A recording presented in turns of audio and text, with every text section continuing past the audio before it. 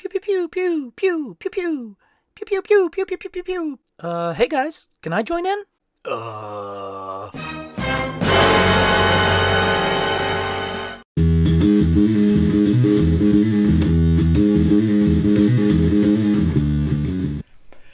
Hey y'all, and welcome back to Carbon Scoring, your clubhouse at the intersection of action figures and comic history.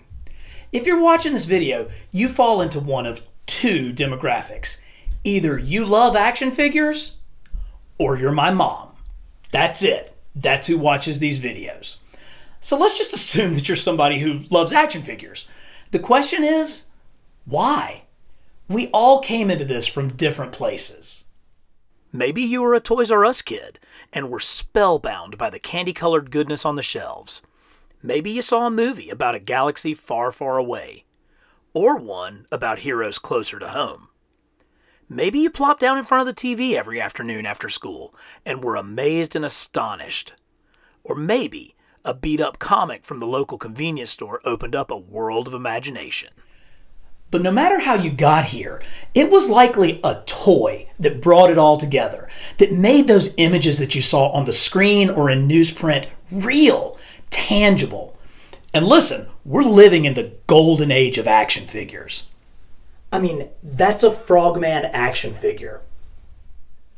But as much as I love these highly articulated, intricately sculpted masterpieces, sometimes I just want a toy, you know?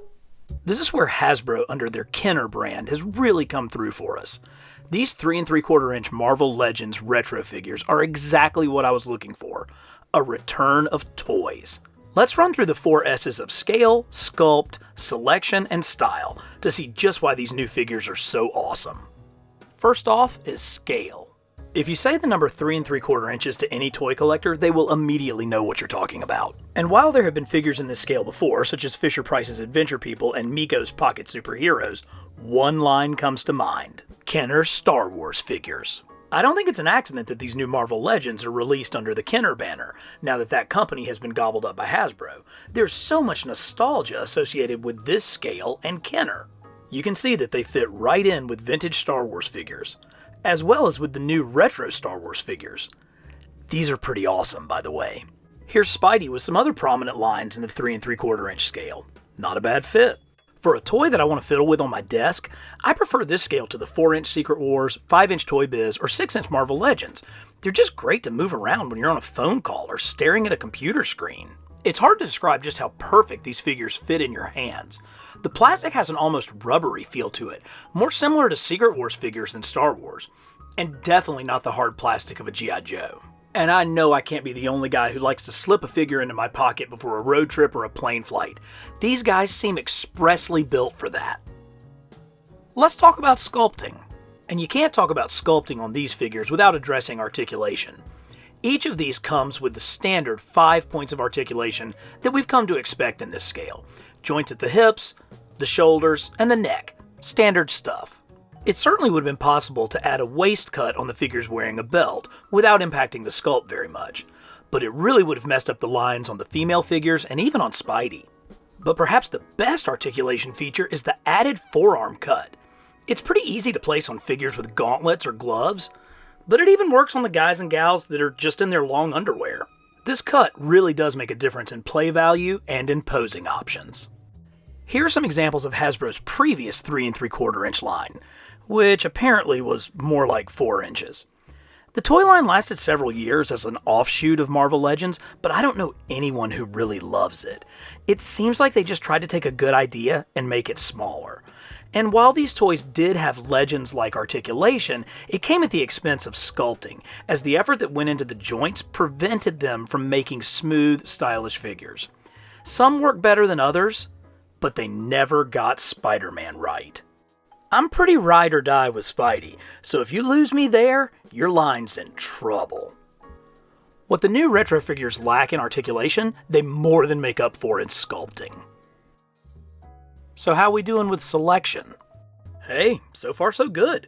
We've had members of the Avengers, the X-Men, and a couple of villains. And we've already gotten female figures, and a sculpt for a larger body type in the Hulk. It's always interesting to me how things change. In the 90s, you could never have started a toy line without Wolverine. But now that we live in the year 2021 ARD, that's after Robert Downey Jr., Iron Man has to be front and center of any toy line. Because these figures feel like such a callback to Secret Wars, it's my hope that they redo every character from the 1984 line. There is precedent for this, as the Four Horsemen, the sculpting team responsible for DC Universe Classics, were very vocal about their reverence for the DC Superpowers line, and they came through, eventually producing every figure from that line in 6-inch form. But why stop there? Why not every character that appeared in the Secret Wars comic? We already have a good start with figures of the Human Torch, Cyclops, and Hulk, characters that were in the book but weren't in the original line.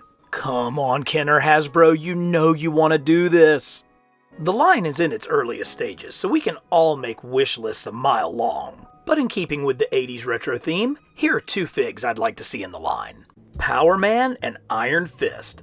Those bright yellow and green colors are perfect for this line.